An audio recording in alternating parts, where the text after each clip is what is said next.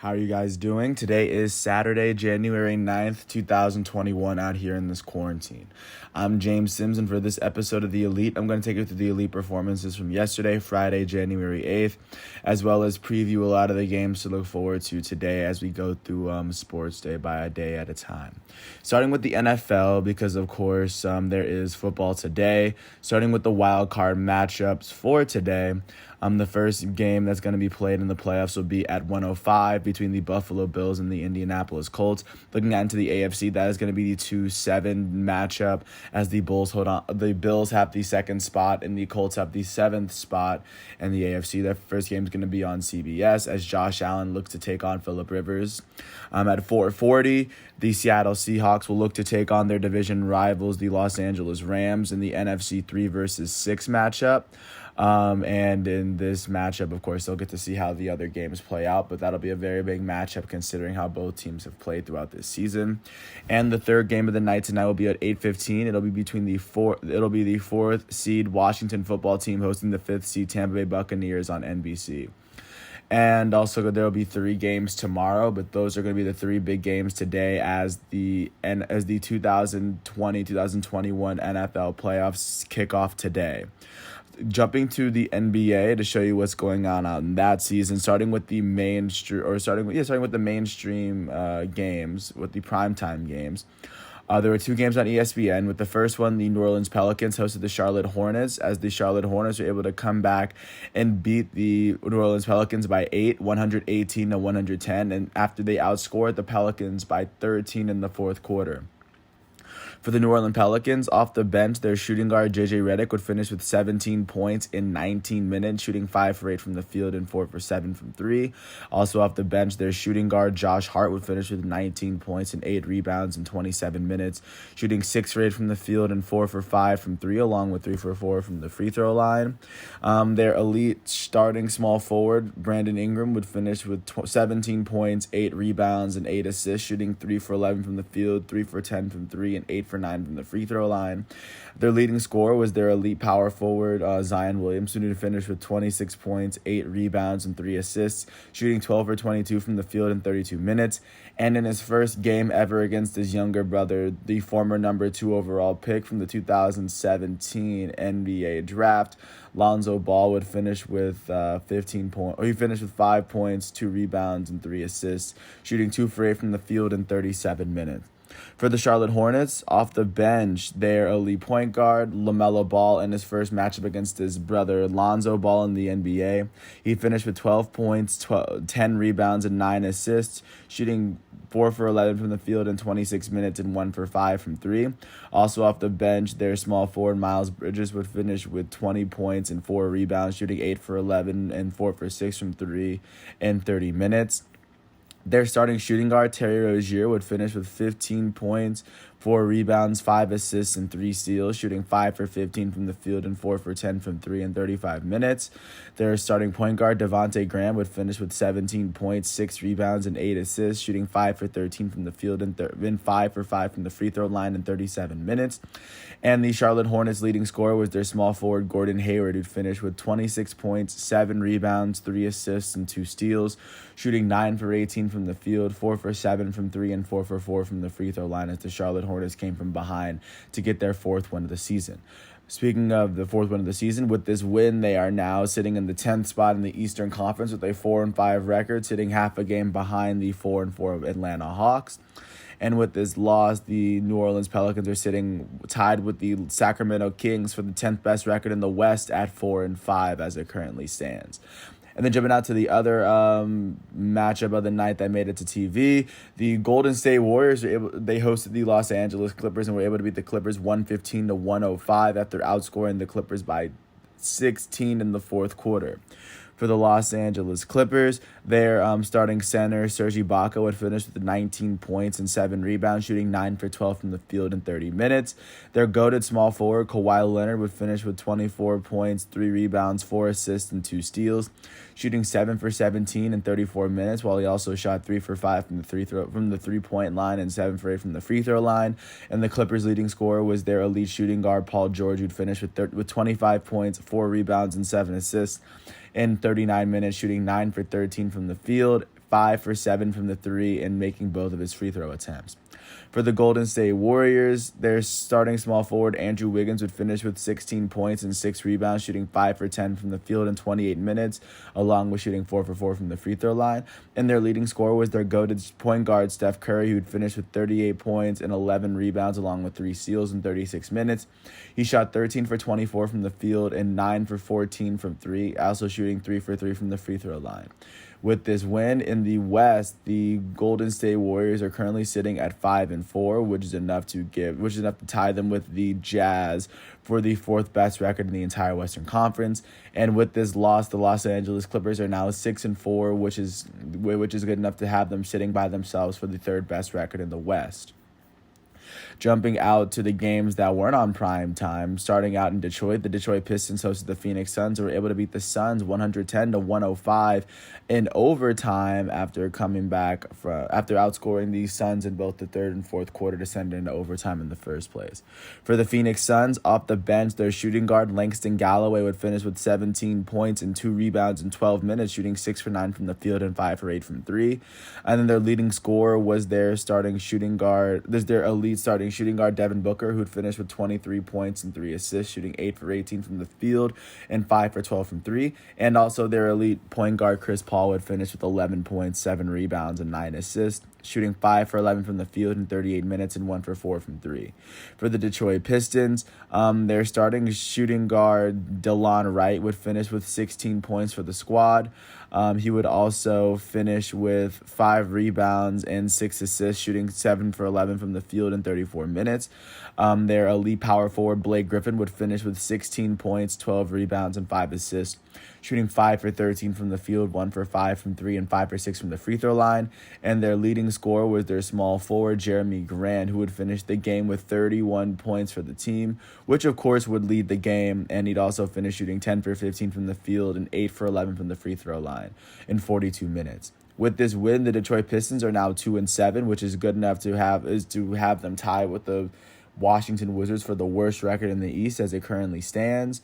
And following this loss, the Phoenix Suns are sitting second in the West with a 6-3 record, half a game and 1 win less than the Los Angeles Lakers as it currently stands. Jumping out to Boston, the Boston Celtics hosted the Washington Wizards and were able to beat the Wizards 116-107 after outscoring them by 14 in the second quarter, 19 in the first half as a whole. For the Washington Wizards, their starting power forward Rui Hachimura would finish with 17 points, 5 rebounds, 3 assists, and 2 steals, shooting 7 for 12 from the field in 37 minutes. Their elite point guard Russell Westbrook would finish with 12 points, 4 rebounds, and 8 assists, shooting 4 for 16 from the field in 33 minutes, along with 2 for 5 from 3 and 2 for 2 from the free throw line. And the Wizards' leading scorer was their elite shooting guard Bradley Beal, who'd finish with 41 points, 3 rebounds, and 3 assists in 38 minutes, shooting 16 for 29 from the field, 4 for 9 from 3, and 5 for 5 from the free throw line. For the Boston Celtics, their starting shooting guard Jaylen Brown would finish with 27 points, 13 rebounds, and 5 assists, shooting 9 for 19 from the field, 3 for 6 from 3, and 6 for 6 from the free throw line in 38 minutes. And the Celtics' leading scorer was their elite small forward Jason Tatum, who'd finish with 32 points, 5 rebounds, and 2 assists in 35 minutes, shooting 14 for 27 from the field and 3 for 9 from 3. With this win, the Boston Celtics are sitting at 7-3, which is good enough for the 3rd best record in the East, as they are a full game, or as they are a win and 1 loss less than the second place Indiana Pacers as it stands. And with this loss, the Wizards are tied with the Detroit Pistons for the worst record in the East at 2-7. Jumping out to New York, the Knicks hosted the Oklahoma City Thunder, and the Thunder were able to get the best of the Knicks, beating them 101-89 after outscoring the Knicks in all but the first quarter. For the New York Knicks, their starting point guard Elfrid Payton would finish with 16 points and 6 rebounds, shooting 4 for 16 from the field in 31 minutes. He also shot 7 for 8 from the free throw line. Their starting power forward Julius Randle would finish with 18 points, 12 rebounds, and 7 assists, shooting 8 for 15 from the field in 31 minutes. And their leading scorer was their shooting guard out of Duke, RJ Barrett, who'd finished with 19 points, 7 rebounds, and 2 assists, shooting 7 for 21 from the field in 44 minutes, 1 for 5 from 3, and 4 for 7 from the free throw line. For the OKC OKC Thunder, off the bench, their shooting guard Hamidou Diallo would finish with 23 points and 11 rebounds in 29 minutes, shooting 8 for 13 from the field and 6 for 8 from the free throw line. Their starting center Al Horford would finish with 15 points and 8 rebounds, shooting 6 for 15 from the field in 29 minutes, along with 3 for 7 from the free throw line.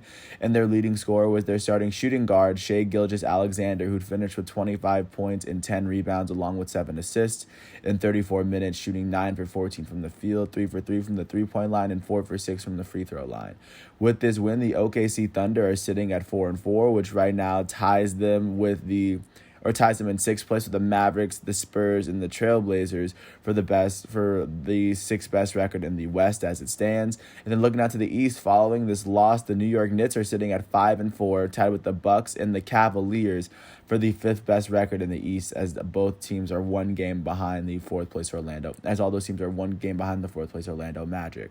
Jumping out to Houston, the Houston Rockets hosted the Orlando Magic and were able to beat the Magic 132-90, beating them by 42 points, especially after outscoring them by every quarter. They outscored the Magic by 15 in the first, 14 in the second, which gave them a 29-point deficit in the first half. They outscored the Magic by 7 in the third, and they outscored them by 6 in the fourth to give them this humongous lead. For the Orlando Magic, their starting point guard, their rookie starting point guard Cole Anthony would finish with 15 points in 28 minutes, shooting 6 for 14 from the field, as he also had 3 assists and 2 steals. And the Magic's leading scorer was their starting center Nikola Vucevic, who'd finish with 22 points, 12 rebounds, and 3 assists, in 30 minutes, shooting 8 for 19 from the field, 3 for 7 from 3, and 3 for 3 from the free throw line. For the Houston Rockets, off the bench, their guard out of Kansas, Ben McLemore, would finish with 15 points and 3 rebounds, shooting 5 for 6 from the field and 5 for 5 from 3 in 16 minutes. Their starting power forward, PJ Tucker, would finish with 15 points, 4 rebounds, and 5 assists, shooting 5 for 7 from the field in 29 minutes. All 7 of his field goal attempts were behind the 3-point line, so he was 5 for 7 from the 3-point line as well. Their starting center, Christian Wood, would lead the team in scoring as he had 22 points on the night. He also finished with 15 rebounds, shooting 9 for 17 from the field in 27 minutes, along with 1 for 5 from 3. Their elite point guard, John Wall, would finish with 14 points, 3 rebounds, and 4 assists, shooting 5 for 11 from the field in 29 minutes, 3 for 4 from 3. And then their elite shooting guard, James Harden, would finish with 15 points, 5 rebounds, and 13 assists in 31 minutes, shooting 6 for 13 from the field, 3 for 9 from 3 from the day. And with this win, the Houston Rockets are now 3-4, which, looking out at the West, which secures them with the 12th spot in the West outright, at 3-4, as they are one full game behind as they are 1 win and 1 loss. They have 1 win and 1 loss less than the New Orleans Pelicans and the Sacramento Kings, both at 4-5. And then jumping out into Memphis, the Memphis Grizzlies hosted the Brooklyn Nets and were able to beat them 115-110 in a very, very close game that went down to the very, very end. But for the Brooklyn Nets, their starting power forward, Taurean Prince, would finish with 16 points and 4 rebounds, shooting 4 for 13 from the field in 24 minutes and 7 for 7 from the free throw line. And their leading scorer was their starting shooting guard, Caris LeVert, out of Michigan, who'd finish with 43 points, 5 rebounds, and 6 assists, shooting 15 for 23 from the field in 36 minutes, also shooting 7 for 9 from the 3-point line and 6 for 6 from the free throw line.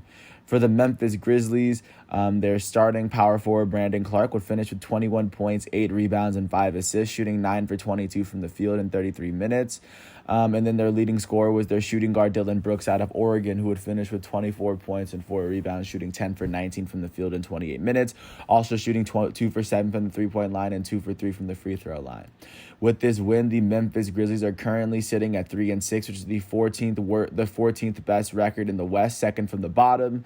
And with this win, the Brooklyn Nets, they're no longer the New Jersey Nets. The Brooklyn Nets are sitting with the Atlanta Hawks at 500, but they have 1 win and 1 less more, so they are sitting with the 8th spot in the East by themselves, as the Hawks are the first team out. Looking out to Milwaukee, the Milwaukee Bucks hosted the Utah Jazz, and the Jazz were able to get the best of the Bucks, beating them 131-118 after outscoring them in 3 of the 4 quarters. For the Milwaukee Bucks, their starting point guard, Jrue Holiday, would finish with 17 points, 4 rebounds, and 5 assists, along with 2 steals, shooting 7 for 14 from the field and 3 for 5 from the 3-point line in 34 minutes. Their starting small forward, Chris Middleton, would finish with 31 points, 10 rebounds, and 4 assists in 36 minutes as he shot 11 for 19 from the field, 3 for 8 from 3, and then 6 for 6 from the free throw line. And the Bucks' leading scorer was their elite power forward, reigning back-to-back MVP, Giannis Antetokounmpo, who'd finish with 35 points, 8 rebounds, and 4 assists in 33 minutes, shooting 14 for 25 from the field, 2 for 5 from 3, and 5 for 7 from the free throw line.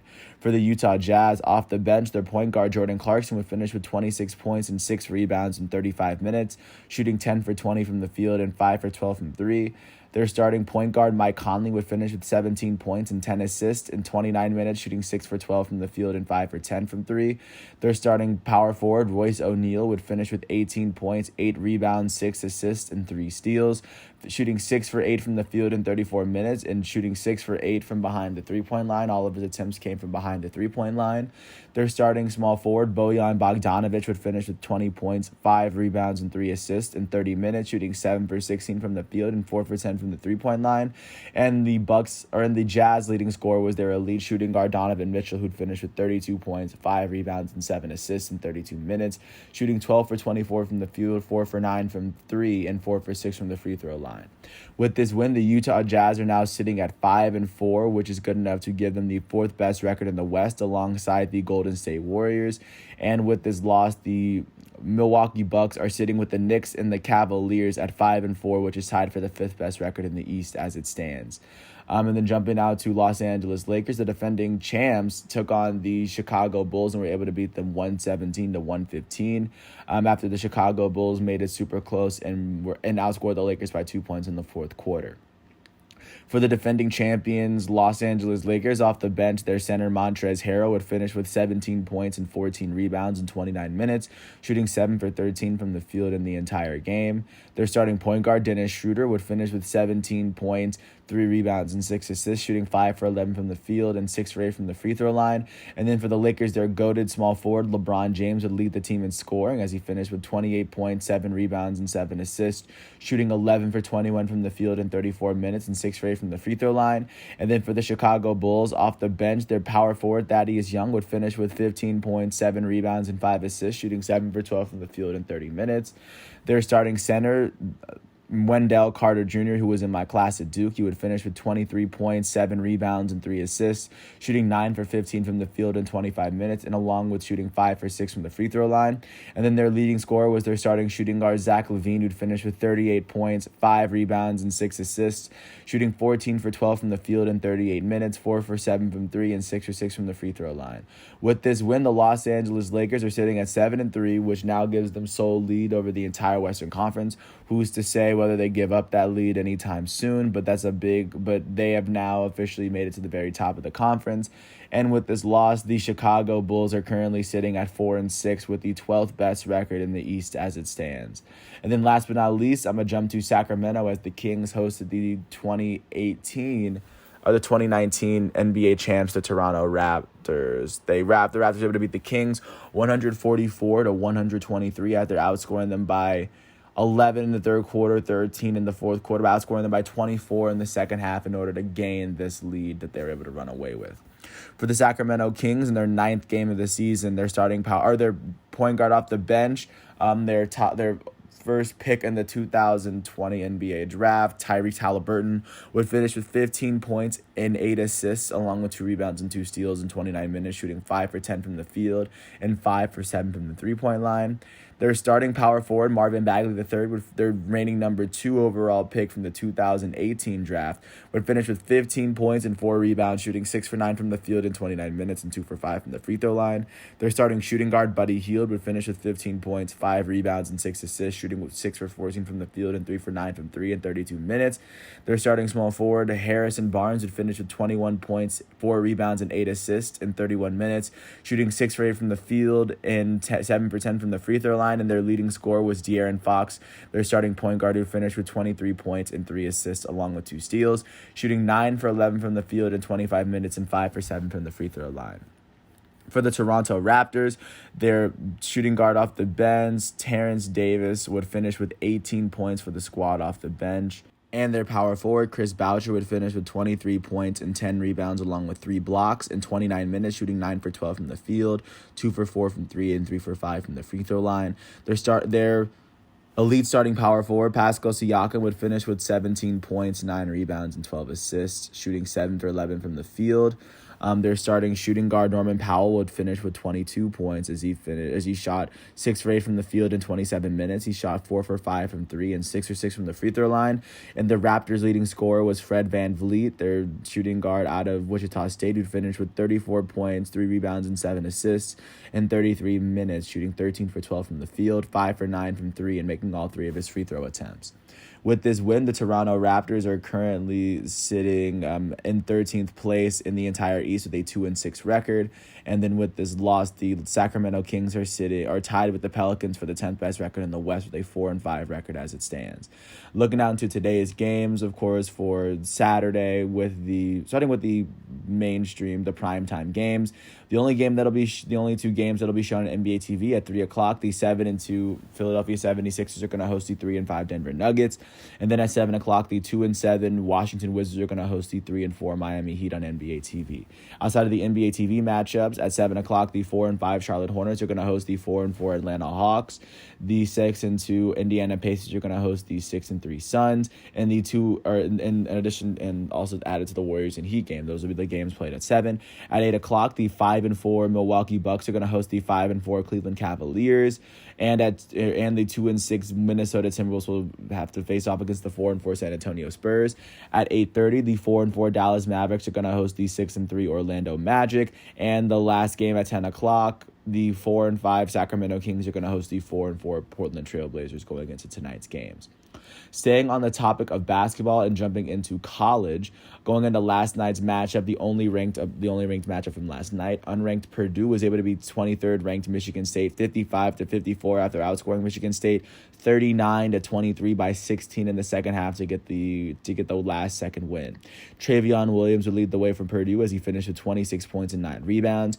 And with this win, Purdue is now 8-5 as they increased their Big Ten record to 3-3. And with this loss, Michigan State is now 8-4 as their Big Ten record now drops to 2-4. All 4 of their losses came in the Big Ten this year. And look into today's matchups through the ranked matchups. Starting at 12, 21st ranked Duke is going to host unranked Wake Forest on ACC Network.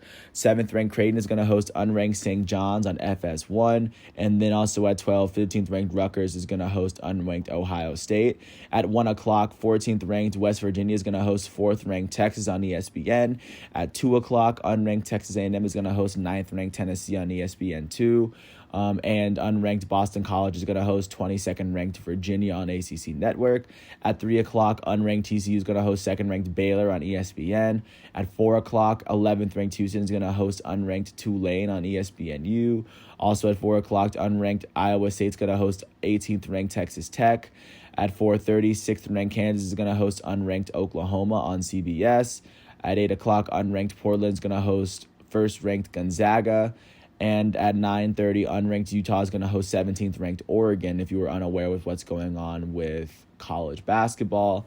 And last but not least, just to take you through what's going on with college soccer, to take you through what's going on with soccer, because the college football championship isn't going to be played until Monday. But of course, looking league by league to show you what's going on with each matchup. Starting with yesterday's matchups from the 8th, not a lot of really big ones, but starting with the Bundesliga, Bayern Munich took on Borussia Mönchengladbach, and Borussia Mönchengladbach was able to beat Bayern Munich 3-2. For Bayern Munich, their elite striker, Robert Lewandowski, would score a goal in the 20th minute, but it simply wouldn't be enough. As it stands, Bayern is still sitting at the top of the table, but RB Leipzig could pass them this week if they were to win. And Borussia Mönchengladbach is sitting, right now they're sitting 7th in the league, but I imagine with Wolfsburg and Union Berlin playing, they're probably not going to sit in 7th they're probably going to sit in 7th for a bit, with considering they've played more games than those other teams. And also Liverpool was able to beat Aston Villa in the English FA Cup 4-0 as their elite forward Sadio Mane would score 2 goals, one in the 4th minute, one in the 63rd minute. And then their elite forward from Egypt, Mo Salah, would score in the 65th minute to give Liverpool his 4th goal and give them what they need to advance to the next round of the FA Cup. Looking out to today's matchups to show you as it stands. Starting off with, because I mean there are a lot of FA Cup matchups. None of them are crazy important except for Manchester United versus Watford at 3 o'clock. But jumping into the Bundesliga, speaking of RB Leipzig needing a win to get into to take over the Bundesliga, their home game today will be against Borussia Dortmund at 12:30, and if they were able to win and beat Borussia Dortmund, they would have sole control over the table, as Borussia Dortmund currently sits 8 games behind Bayern at a first place. A win could do a lot for Dortmund, and a win could do a lot for Leipzig as well. Looking out into Serie A, AC Milan is going to take on Torino, as Benevento will take on Atalanta. Currently looking at Serie A, AC Milan is currently sitting at the top of the table, as they are 1 game ahead of Inter Milan. They're 1 point ahead of Inter Milan with the same amount of games played, and Atalanta sitting 7th in that same table. Continuing on as to what's going on today. Going to La Liga, Real Madrid's going to go to Osasuna to play against them, as Barcelona is going to take on Granada at 12:30. Real Madrid faces off against Osasuna at 3 o'clock. Looking at how they stand in La Liga, Real Madrid is sitting second behind Atletico Madrid by 2 points, even though they've played 2 more games. Barcelona's played the same amount of games. They are 5 points behind Real Madrid. They are 7 points out from the top of the table with 2 more games played than Atletico Madrid. So wins here could be very important for them. And then looking out into Ligue 1, PSG is going to host Brest at 3 o'clock. And at the same, I mean, that's going to be the big game to look out for, as Lille goes to Nimes and Olympique Lyonnais will go to Stade Rennes, who was a Champions League team this year. As it currently stands, Lyon is sitting at the top of the French table, as they have 3 more points than PSG. A loss could bring PSG or even Lille up to the top of the table, as PSG and Lille are tied for second place. Both have 36 points through 18 matches played, so both of them need to catch up. And speaking of Lyonnais, they are sitting first, but they are playing Stade Rennes in Stade Rennes, and Stade Rennes is the 4th place team in Ligue 1 as it stands. So that's what's going on with soccer today. Those are the storylines, and not a lot of crazy fights or other sporting events that we will get ourselves into this weekend. So with that said, that is what's going on for today, Saturday, January 9th, 2021. I want to thank you guys once again for listening to all 27 minutes of this piece. I will get back to you tomorrow following today's college football matchups, ranked college basketball games, NBA. And I want to thank you once again for listening to my piece. Following this, I'm going to do a individual profile on Marcus Peters, the now 28-year-old cornerback for the Baltimore Ravens. And with that said, I want to thank you once again for listening to what I have to say.